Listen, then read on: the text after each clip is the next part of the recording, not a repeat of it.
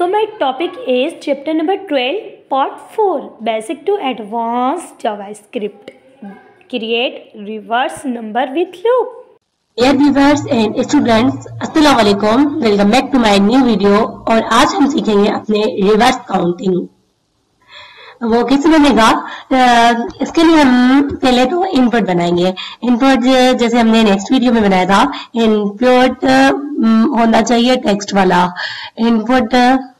अब ये बटन आ रहा है ना, तो इस करके टेक्स्ट कर देंगे इनपुट टेक्स्ट एंड वैल्यू नहीं हो, और उसके बाद प्लेस होल्डर होना चाहिए। प्लेस होल्डर में लिखना है enter your number, enter UI number, UI and number लिख लिया। और इसके बाद क्या होना चाहिए, इधर एक आईडी होनी चाहिए जिससे हमें टारगेट करना है।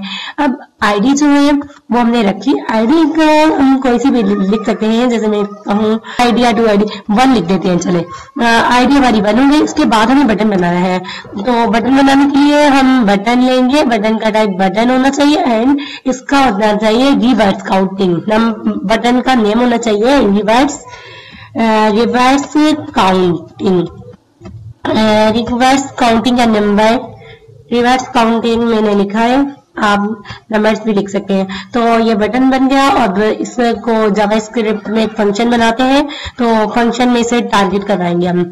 ये फंक्शन स्टेटमेंट को लिया एंड इधर मैंने रिवर्स काउंटिंग नेम रखूंगी। मैं इधर नेम जो है मुझे रखना है रिवर्स 1 मिनट, कैपिटलाइज नहीं होना चाहिए, स्मॉल होना चाहिए।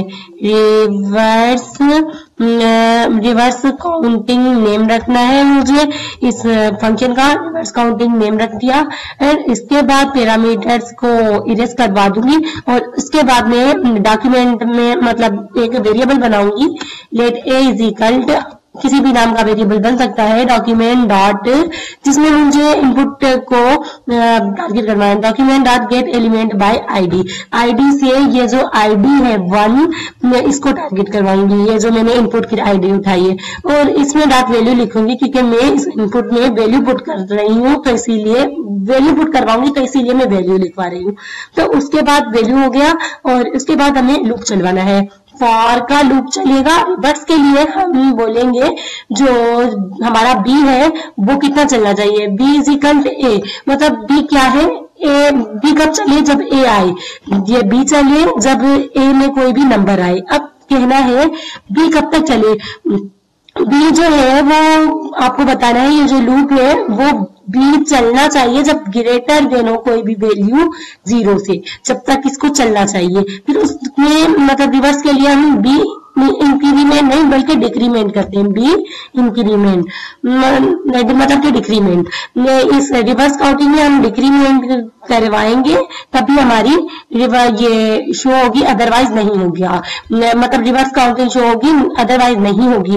तो हम डॉक्यूमेंट राइट करेंगे एंड इसके बाद हम इधर बी लिख देंगे। अब देखें रिवर्स काउंटिंग के लिए हमने क्या किया, बताया कि ये लूप चले जब बी ए के अंदर कोई वैल्यू आए, फिर बी ग्रेटर देन हो और कोई भी वैल्यू, बी में जब ग्रेटर देन हो कोई भी वैल्यू 0 से, जब तक ये चले।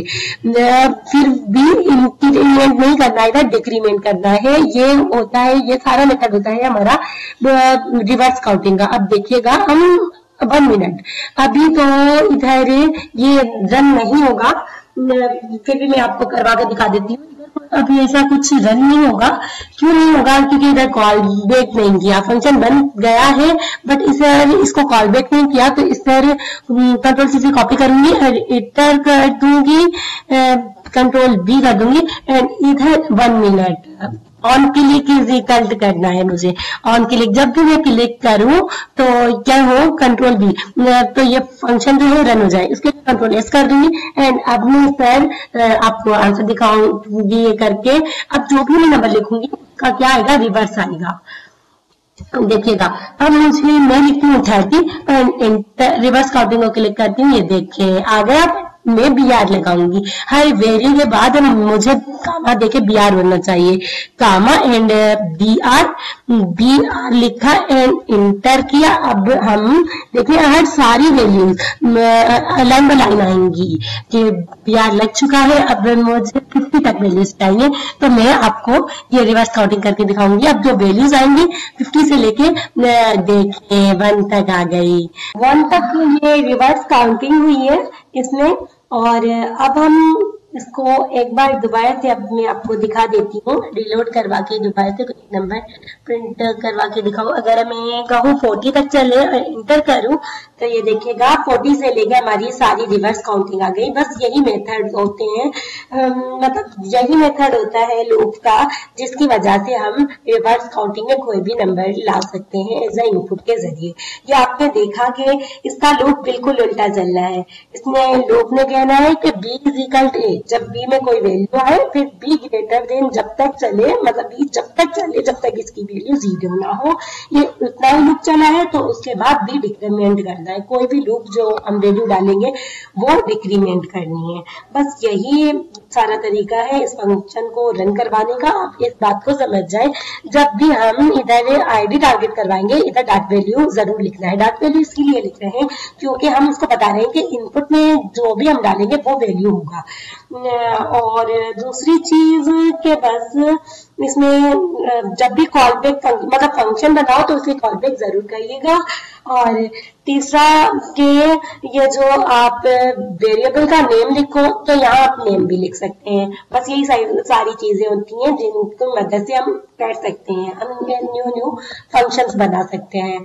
और उम्मीद है कि आपको ये वीडियो बहुत ही अच्छी लगी होगी और बहुत ही इंटरेस्टिंग लगी होगी और मजा भी आया होगा। मुझे तो मेरा इंटरेस्ट बहुत ज्यादा बढ़ रहा है जैसे ही आगे आगे वीडियो जा रही हैं, तो आगे हम सीखेंगे और ज्यादा इंटरेस्टिंग होगी आपकी और वीडियो। जब तक कि आप इस पर प्रैक्टिस करें और मुझे अपने दुआ में याद रखें और लाइक शेयर एंड सब्सक्राइब जरूर कर दीजिएगा और कमेंट में अपनी प्रॉब्लम हमसे शेयर कर दीजिएगा।